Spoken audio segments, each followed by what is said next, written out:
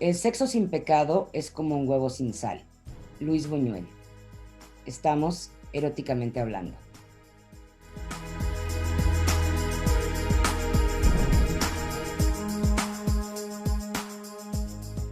De la primera, yo creo, película erótica que vi, bueno, que más bien me llamó la atención, fue Una almohada para tres. Ah, claro, claro, claro, claro, Porque claro. además, bueno, no lo sé, no tengo tanta cultura cinematográfica, ¿no? Pero comercialmente creo que fue la primera película donde sacaron un trío. Ah, sí. Ay, ahí sí no sabría decirte. Ese fue en los 80s, esa película. Sí, seguramente fue de las primeras películas. De Y las si no fue primeras, la primera, y si no fue la primera, tienes razón, no, Denis. No, o sea, no estoy segura, pero que yo recuerde, o sea, de mi memoria, tal cual, ya, fue esa, ¿no? Que era una, o sea, es un trío y está además filmada en Atenas, con unos paisajes preciosos y hermosos que hablan justamente de un trío, ¿no? ya. Y otra de las películas que a mí bueno, sé que además de las que mencionaste en el cine mexicano, yo no la he visto y me acuso porque debería de verla y la tengo en mi lista ahora sí que para ver pronto. La película de Los Olvidados me parece que tiene como algunas escenas que son como muy eróticas o como Sí. muy sensuales, que tienen este tinte, pues, ¿no? Que no ves, pero ves, Sí, ¿no? lo que pasa que, acuérdate también, Denise, que cuando viene el cinema nouveau, que vienen directores como Buñuel a hacer cine en México, Ujú, realmente trae un cine muy progres, ¿no? ujú. Traen un cine muy europeo, con visiones con realmente que vienen a romperla, ¿no? Y vienen a mostrar a otros directores. Yo soy de esa idea en verdad y ha costado mucho trabajo ahorita, justamente ahorita en la actualidad. Es muy chistoso. Pareciera que aunque estamos en los 2000 hay mucha apertura, pero siento más censura ahorita Que en esa época. que hace 10 años o 20 años. Sí, yo también ¿Sí? lo creo. O sea, justamente ahorita como distribuidor, digo, se los cuento, no voy a decir la plataforma porque no quiero meter en problemas a la plataforma, pero una plataforma con millones de suscriptores en verdad, con millones de suscriptores, me rechazaron de momento una película que sugerí para que la subieran a la plataforma porque tenía una escena de sexo y una escena de golpes. O sea, sumamente absurdo porque además esta escena de golpes y esta escena de sexo eran necesarias para la narrativa y el desarrollo progresivo de la historia de la película. O sea, no eran gratuitas, no eran como que arranca y hay sexo o arranca y hay golpes injustificados, sino Ujú. que traían como un por qué sucedían las cosas y me sorprendió en verdad. O sea, dije, ¿qué onda con esta plataforma? O sea, ¿qué está pasando? O sea, ¿hasta qué momento ahora el distribuidor o el exhibidor se vuelve moralista o políticamente correcto bajo qué políticas, ¿no?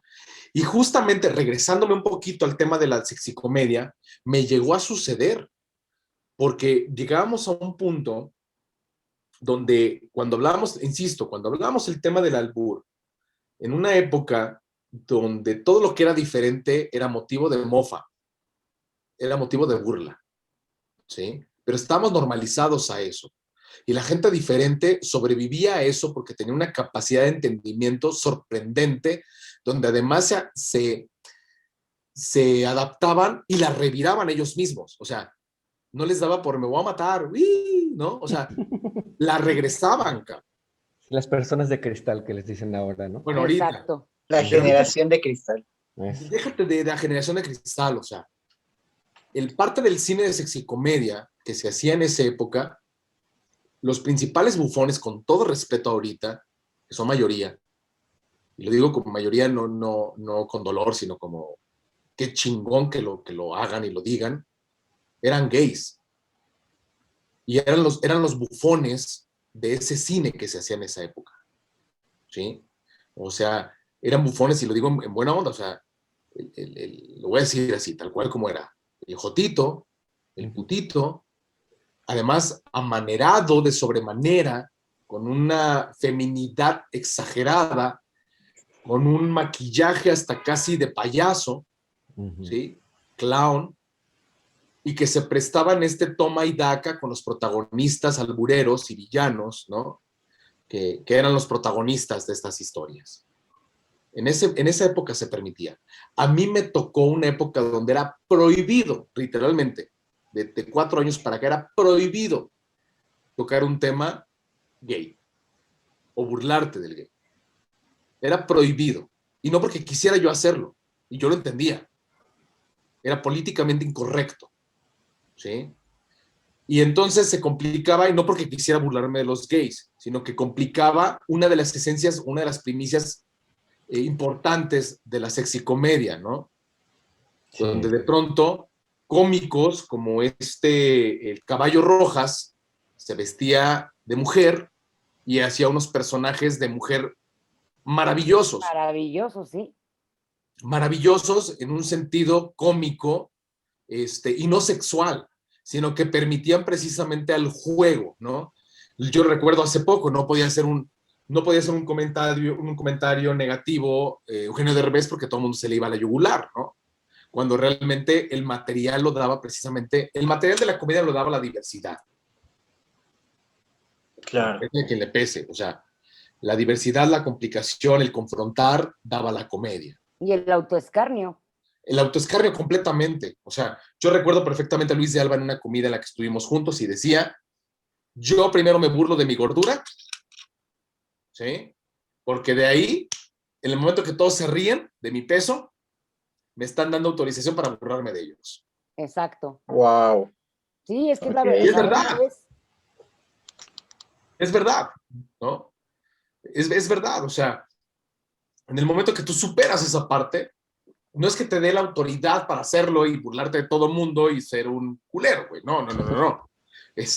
Sino que simplemente tienes que asumir la postura de la realidad que te toca y la realidad en la que estás jugando en ese momento. Y las películas de sexicomedia, que eran nuestro erotismo más cercano en México, porque además como mexicanos, curiosamente estas películas no funcionaron tanto en el local mexicano que vive en México, sino que funcionaron en el mexicano que vive en el extranjero y que añoraba México, ¿sí? Que añoraba México por sus mujeres, porque además las mujeres que veían allá no eran voluptuosas como las latinas mexicanas que conocían aquí, ni eran trigueñas, ni eran morenas. Y que eran naturales.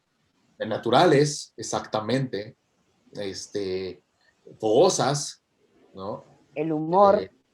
Con un humor, exactamente, con inteligencia, porque si algo distingue a la latina mexicana, principalmente, bueno, la latina en general, es su inteligencia, ¿no? O sea, son chicas que ya, no sé si por genética o por la vivencia, por lo que sea, traen una agilidad mental sorprendente, o sea, maravillosa. O sea, me encanta dialogar con mexicanas, ¿no? Entonces, esa parte es soberbia, ¿no? Que el mismo mexicano extraña cuando ve mujeres de otra cultura, no por minimizar a las otras culturas, es diferente la percepción cultural. Esto estamos hablando de percepciones, ¿no? Entonces el mexicano no nada más extraña a esa mujer, porque además la mujer en otros países tiene otro tipo de derechos que a la primera de cambio, si no está de acuerdo, o sea, lo que hablábamos, ¿no? Sí. Si no eres de ojos de color rubio y te estás bajando un Lamborghini, eres acosador y puedes ser un asesino en potencia. ¿No? Así es.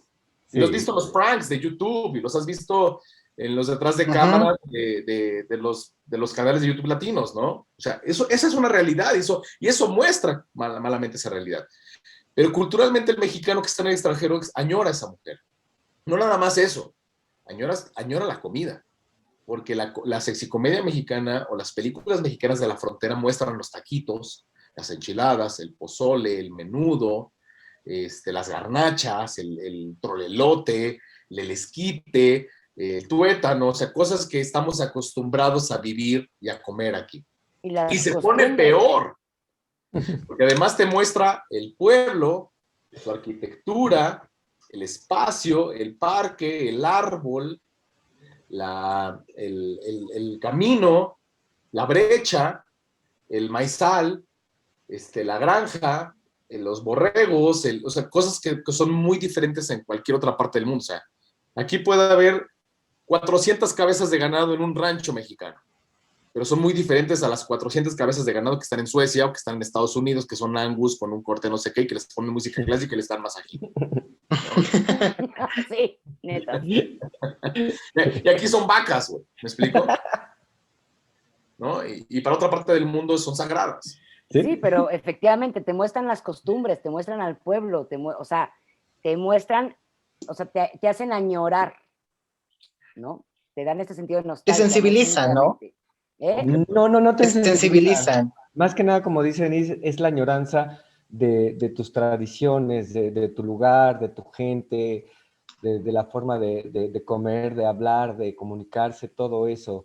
Porque Más además que... quienes lo consumen es el indocumentado. El indocumentado Exacto. que además vivía escondido, que no tenía comunicación con su familia, que no tenía acceso a muchas cosas y que viven literalmente en las sombras. Completamente, porque además en esa época en la que estaba muy estigmatizado el indocumentado, con todo respeto, aunque yo soy de la idea que no debe de haber documentos para entrar al mundo, ¿sí? No debe de haber documentos que te certifiquen como originario de un lugar, o sea, vivimos en un mundo en el que estamos todos en el mismo pinche barco, con todo respeto, y si se hunde este mundo nos hundimos todos, pero bueno, no vamos a entrar en esta dinámica. Sin embargo, para Estados Unidos el mexicano es indocumentado si no entra legalmente, como ellos lo marcan. Para ellos era muy complicado ir al cine, o sea, no querían que los vieran, ¿no? No podían, o sea, en su cabeza, y todavía a la fecha hay mucho, digo, bueno, ahorita peor por el COVID, ¿no? Pero entrar al cine era complicado porque además, como yo digo con todo respeto, con gente con cierta profesión aquí en México, ¿no? Traen el uniforme, ¿no? O sea, por su vestimenta sabes a qué se dedica. Y aparte que es carísimo el cine allá. Bueno, además, menos de $12 no baja, ¿no? Entonces, esa banda, pues lo que hacía, vivía de rentar las películas y luego entró una dinámica con tiendas, con tiendas de supermercados que le llamaban las películas del botadero, que eran películas de $1, literalmente, en las que otras compañías se volvieron millonarias con esa dinámica y que era padrísimo. A mí me tocó todavía eso, ¿no? O sea, a mí me tocó con Llamando a un Ángel, curiosamente, fíjate que a mí me tocó una transición muy interesante. Yo filmé en video la película, bueno, la grabé en video, luego la registré, la hice digital y luego hice algo que se llamó blow up para que se imprimiera en 35 milímetros. Y mi película fueron de las últimas películas mexicanas que se proyectaron en el cine en masa. O sea, tenía casi 200 películas en salas de cine, que en esa época, 2008, te estoy hablando, era wow. Y en esa época apenas surgía impresionantemente el Facebook, porque antes de eso estaba el Hi-Fi, y antes del Hi-Fi era el MySpace, ¿no? Metroflog también. Metroflog exactamente, y MySpace. Eran como que ahí competían duramente por quién se iba. Sí, eran los Twitter, Instagram y TikTok. Ya estoy entrando, amigos, ya estoy entrando, no estaba desaparecido. Ya llegamos a nuestra dame Twitter, dame 15 minutos y entramos ahí. Ya se va a acabar el tiempo. Entonces, era padrísimo porque realmente la publicidad en ese entonces era, pues, a la antigua, vallas, camiones, televisión, radio, ¿no? Pensar en invertir en publicidad en Facebook o en redes sociales o en el Google Ads o en Twitter o en Instagram, eso no existía. O sea, quien estaba ahí era muy, muy, muy selectivo, ¿no?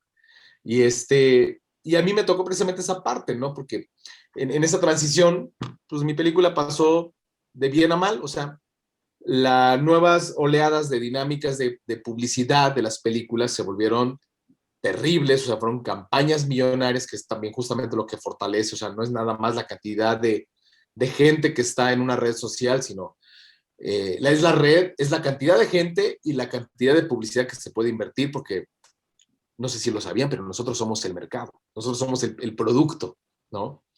Entonces, nos volvemos atractivos para las marcas, para que inviertan en nosotros, ¿no? Entonces, eso cambia completamente la dinámica. Y justamente en ese inter sucede una película que se vuelve es que no es un mito, se vuelve una leyenda urbana, que realmente eso hace que se vuelva más conocida esa película. Ahorita voy a soltar el nombre. y luego se vuelve una mitología, y luego se vuelve prohibida, y luego se vuelve un misterio para los que veían películas así como erótico, terror, porque además surgen varias películas indies, independientes, como esta película de Tesis, la película española de Alejandro Amenábar, que hablaba precisamente de los videos snuff, películas que se grababan que sí eran reales, porque sufrían la gente, porque más allá de eso, los grababan de una forma misteriosa, porque los violaban. Nos mataban teniendo sexo. Los sexo. mataban, los descuartizaban, y era terrible. Y surge una película que se llama A Film Siberian. Una película, A Film Siberian, una película siberiana. Ah, sí. Que es una película, pues una película de ficción, ¿no? Al final de cuentas, que trae una fuerte temática entre porn soft, soft porn, erótica, dramática, gore, densa, ¿no? Pero es tan fuerte la leyenda urbana, es tan fuerte lo que habla la gente, que es más lo que te imaginas que lo que sucede en la peli, porque es una película de ficción al final de cuentas, ¿no? A Film Serbian, una película serbiana. Ese es el título correcto. Si lo buscan en Internet Movie Database, pues es una película, al final de cuentas, que está en la cinematografía mundial, ¿no? Pero además la escasean adrede los productores. Entonces, encontrar esa película es realmente muy, muy complicado, ¿no? Como lo que pasó con Viridiana en su época. Ah, exactamente. Exactamente. Se vuelve morbosa. Y el morbo tiene un juego muy importante en el erotismo, a otro nivel. ¿Sí? Sí. Porque ya descubrimos que la sexicomedia trae 3 juegos muy interesantes, ¿no? Boobies, chicas sexys, atractivas, sexualidad, sexo con tipos feos, ingeniosos, con una creatividad maravillosa, doble sentido, albures, muy típico del mexicano, que de pronto al latino de otra parte del mundo le cuesta trabajo entender, pero incluso ya ahorita a estas alturas el americano ya lo entiende si le estás jugando en inglés un doble sentido, sexual, ¿no? En una época maravillosa en la que el jugar con chicas guapas era sumamente atractivo, porque ahorita me viene a la mente, por ejemplo, estas series de televisión o programas de televisión que eran los sábados a las 10 de la noche, como Las Gatitas de Porcel. Ah, sí. ¿Sí? Era argentino. Jorge Porcel, Olmedo, que también era su compinche, ¿no? Que también hizo películas del destape o de sexicomedia muy latinas. Guillermo Francella, que en su momento también cambia y se vuelve un actor increíble, que lo vimos en Rudy Cursi como el entrenador, que contrata aquí a Gael y a Diego Luna, pero que es un actor maravilloso que sale en El secreto de sus ojos, película nominada al Oscar. Películas del destape, maravillosas. Se me vienen a la mente, los ingleses también hacían este juego maravilloso con Benny Hill, con el show de Benny Hill, no sé si lo recuerden, lo podemos encontrar en YouTube ahorita. Precisamente son temas de comedia, son temas con cierta picardía, picantes, chicas con poca ropa, para la dinámica inglesa, que son para mí los padres del pop, de la nueva cultura que nos permea a los que estamos de los 30 para acá, bueno, no de los 30, de los 40 para acá, toda esta incidencia artística que proveen los ingleses, me parece como de aprendizaje, ¿no? Para revisar y para ver qué es lo que hacían. Entonces, para mí justamente esta nueva sexicomedia, este nuevo erotismo tiene mucho que ver con el anclaje de la dinámica de qué tipo de géneros vamos a sustentar, ¿no? De hecho, por eso cuando me decían esta película que fue un hit en Netflix, esta 365, que seguramente la vieron ustedes. Malísima. Exactamente, coincido contigo. Él está buenísimo, pero la película es malísima. Bueno, es que también si nos vamos a ir por los personajes, no es por los personajes, por los actores, porque no son los personajes, o sea, tú como escritora sabes lo que debe llevar un personaje para que sea entrañable, ¿no? Y lo hemos platicado horas por teléfono. Entonces, cuando no ves un personaje y ves un actor, que le apuestan al actor por el actor, híjole, a mí me duele, Es que ni siquiera es por el actor, es por el físico, porque aparte es mal actor. Ah, bueno, es el hombre. Exacto. Es la hombre, figura, ¿no? punto. Es como si me dijeras, el David está buenísimo. El David no es el tipo. No. El David es el escultor que trabajó en el mármol y que logró eso. Es la figura, es la imagen, es lo que representa, punto. Ese es el tema, ¿no? Entonces, si tú me dijeras que 365 o las sombras del Grey representan el nuevo erotismo, me quedas a deber, ¿no? Y no porque sea mamón o pretencioso o que venga de un cinema nouveau, como en su momento Truffaut quería innovar o quería hacer otras cosas, no. O sea, hay un cine que se ha venido haciendo, hay un cine que provoca, hay una narrativa que nos hace sentir cosas y que precisamente, si el cine es la séptima maravilla del arte artística del mundo, es porque conjunta muchísimas cosas de los demás artes, ¿no? Se conjunta, suma al escritor, que es un arte, suma la fotografía, suma la música, suma el teatro, suma muchísimos elementos que hacen que sea una experiencia multisensorial, ¿no? Entonces, si vas a tocar una dinámica, un tema como el erotismo, que es este es el tema que nos importa ahorita, hay muchísimas cosas para hacerlo, ¿no? Es como si hablaras de 9 semanas y media, y no por hablar de cine americano, sino es como 9 semanas y media es un juego de sensaciones, aunque no lo pudieras oler en ese momento, ¿no? O El último tango en París, es un juego de emociones, ¿no? De vivencias. Es como el cine de Polanski, o sea, para mí Polanski es uno de mis directores favoritos y para mí es el mayor representante de este tipo de cine. Bueno, Polanski viene una dinámica muy interesante, porque justamente, fíjate que hiciste que me acordara, porque lo iba a platicar antes, pero se me fue la onda. Polanski hace dinámicas muy interesantes con su cine, y él empieza a jugar con el erotismo, porque lo habíamos platicado antes, Denise, el erotismo vinculado al terror. ¿Sí? Pero al terror psicológico, no es al terror tal cual. No es al gore, una cuestión más psicológica, o sea... Sí, o sea, lo que pasa es que el terror lo cobra otra dimensión con el erotismo, porque viene vinculado al tema de me abrazo con mi pareja. ¡Ay, me da miedo! ¿No? Agarro a alguien, ¿no? Tocar, ¿no? Es exacto, o sea, es ¡ay, no manches! Y hay un cachondeo, ¿no? Pero el terrorismo psicológico, bueno, no terrorismo, el terror psicológico que maneja Polanski es precisamente el estar así, hacerte para atrás, voltear y te acurrucas. La sensación es distinta, ¿sí? Pero no en todas sus películas, o sea... No. Para mí es únicamente en Luna Amarga, o sea, porque, por ejemplo, en la Venus de las Pieles, o sea, el erotismo que maneja en esa película es impresionante, impresionante, y siendo únicamente 2 actores.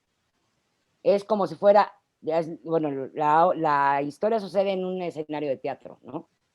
Y no te mueves de ahí, además. Lo que pasa, Denise, que Venus de las Pieles sí prueba el erotismo, y en Luna Amarga sí juega con la sexualidad. Ah, sí, pero también tiene un erotismo... Bueno, porque es parte del juego, pero el erotismo de Luna Amarga trasciende más allá de lo psicológico y el daño que provoca una dependencia sexual.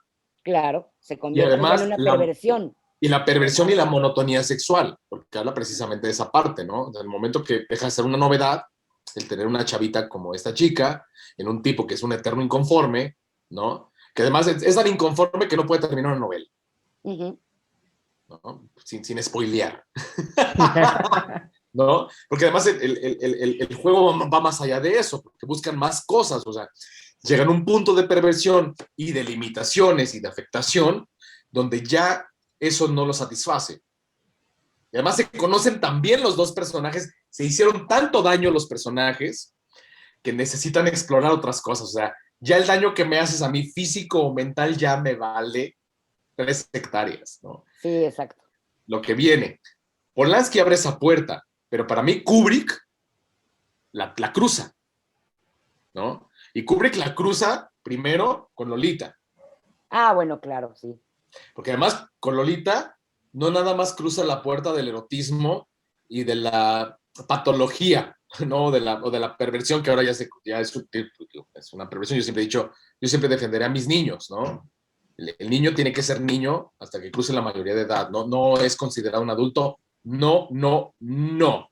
Niño masculino, niño femenino, o sea, no, ¿ok? La niñez tiene que vivirse como tal. Nada de que ya ve arriba ¿cómo le dicen? Ya toca el timbre, ¿no? Ya toca el timbre, o si pasa el tinaco, ya es no, ya carga 2 cubetas de agua. No. Justamente a eso venía mi comentario, o mi precisión, porque Kubrick hace esta película muy fina, realmente muy intensa, ¿no? Sobre una obsesión de un personaje mayor con una chica menor de edad. Viene un remake que quiere replantear, que quiere actualizar en ese entonces la propuesta de Kubrick. No recuerdo ahorita el nombre del director, pero a partir de ahí viene precisamente, entran la ONU, entra N cantidad de organizaciones a favor de los derechos de los niños, y se prohíben escenas que tienen cargas eróticas, agresivas, violentas o sexuales con niños. Es importante, aunque sean actores, aunque sepan de qué van, aunque les paguen al psicólogo el resto de su vida. ¿Mande? Es la versión de Jeremy Irons la que tú dices, ¿no? La Jeremy Irons, exactamente. Esa película hace un parteaguas en esta propuesta actoral de jugar con menores de edad, ¿no? Y quizás después les puede tocar como una buena dinámica de plática. Por ejemplo, uno de los abogados que yo conozco de cine, muy, muy precisos, muy importante en México, Eduardo de la Parra, sí, que tuvo que ver precisamente con esta película de la historia esta de Marcel Marcial, no me acuerdo cómo se llama, sobre el tema de abuso con menores y todo el rollo. O sea, el filmar esta película con menores tenía hasta un proceso muy delicado, ¿no? Para filmar estas escenas. Incluso aunque se filmaban con maniquíes, aunque no estaban ahí los niños involucrados, aunque se le trataba con otra dinámica de información y que se filmó el making of para que no hubiera problemas legales, que fue impecable el proceso legal y de filmación, que yo dije, wow, o sea, qué tamaños, ¿no? Para hacer una película de este tema. Primero por la implicación de estos personajes que de pronto se vuelven como intocables por las creencias religiosas, y después porque tiene que ver con un tema donde afectas a la niñez, ¿no? Y toco el tema porque al final de cuentas trata de tocar dentro de la temática un tema. El tema de erotismo puede sentirse como muy normalizado, pero también se vuelve muy privatizado. O sea, ciertas cosas que pueden ser eróticas para cierto grupo de público no lo son, otras sí lo pueden ser, y otras están como entre azul y medias noches, ¿no? Y México, quizá en sus dinámicas eróticas, van siempre acompañadas con el trama para que pueda ser considerado como un tema aceptable mediáticamente. Por eso justamente ahorita que se me viene otra vez a la cabeza justamente un tema que toco muy al principio, ¿no? Hablar un cine de los 80s con un cine de ficheras, aunque fuera muy revolucionario, como lo fue Pedro Navaja en su momento, de Alfonso Rosas Priego, maestro mío, por cierto, que le mando un saludo muy grande, maestro. Genera una dinámica erótico-narrativa muy interesante, ¿no? De hecho, Alfonso se fue también como productor por otras películas como La Tregua, que también tiene una carga erótica muy importante, con Dolores Heredia. Se fue también con otra película, Canon, ¿no? Con Plutarco Asa, Mariana Seoane, Mónica Dion, también con una carga erótica muy importante.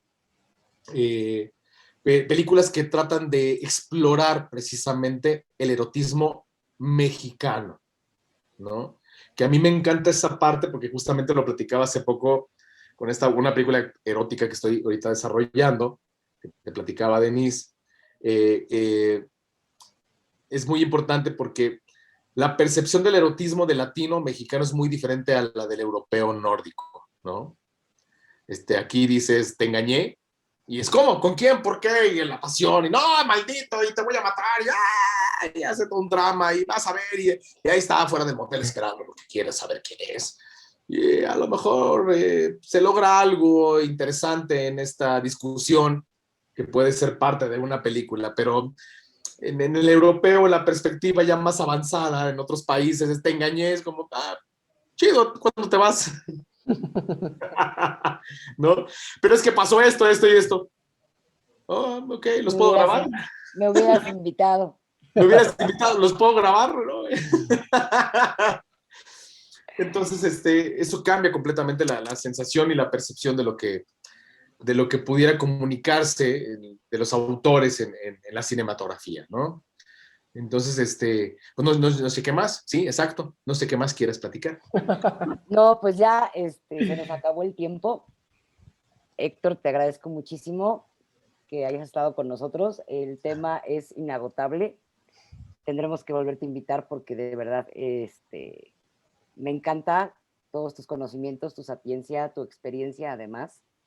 Hemos aprendido mucho el día de hoy con respecto a este tema. Y bueno, nos da para mucho, mucho, mucho más, porque además Daniel y Carlos se quedaron callados todo el tiempo.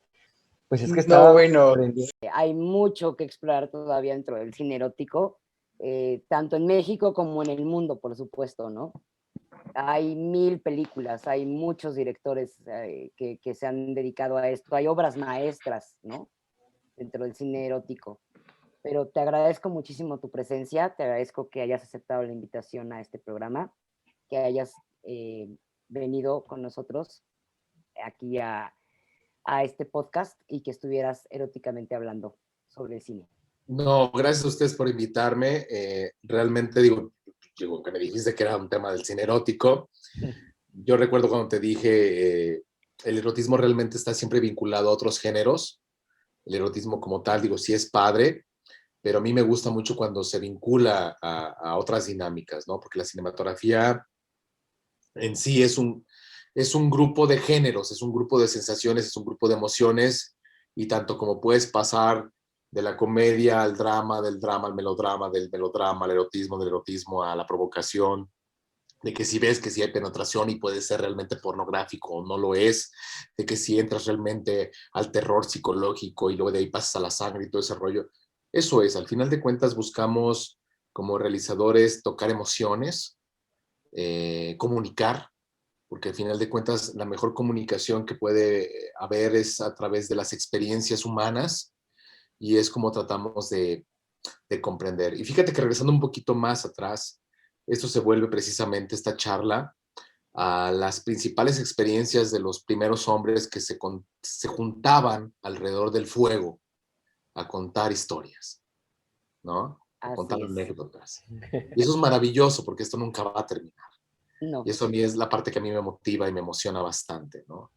El que siempre existan estos motivos ahora es electrónico, a través de un Zoom, a través de un podcast donde nos reunimos amigos a contar anécdotas, historias, leyendas, mitos, experiencias, vivencias, ¿no? Sueños, anécdotas, y termina esto apagando el fuego, bebiendo el último trago del whisky, del ron, del vodka, y decir buenas noches. Muchísimas gracias. No, gracias a ustedes. Muchas gracias. Gracias por estar con nosotros. Gracias a ustedes. Dani, muchas gracias. No, al contrario, gracias, y síganos en nuestro podcast. Ahí estaremos más adelante, y yo creo que tendremos, como dijo Denise, nuevamente de invitado a Héctor, porque hay mucho de qué hablar. Muchas gracias, Carlos. No, gracias. Y gracias, Héctor, por compartirnos tanto conocimiento, y sobre todo ya en un segundo podcast me encantará escuchar cómo se dirigen a los actores dentro de el erotismo. Me encantará saberlo. Creo que eso es algo que yo tenía ya la pregunta, pero lo dejaré para un segundo podcast porque creo que el tema va a ser muy, muy enriquecedor. Yo también quiero saber. Y muy interesante también, seguramente lo sea. Muchas gracias por estar con nosotros, por acompañarnos en un episodio más de Generóticamente Hablando. Síganos, por favor, en nuestras redes sociales, @generótico, y piquen a la campanita para que puedan recibir las notificaciones cuando esté un nuevo episodio al aire. Soy Denise Pfeiffer. Gracias por acompañarnos. Que tengan un excelente día o noche. Hasta la próxima.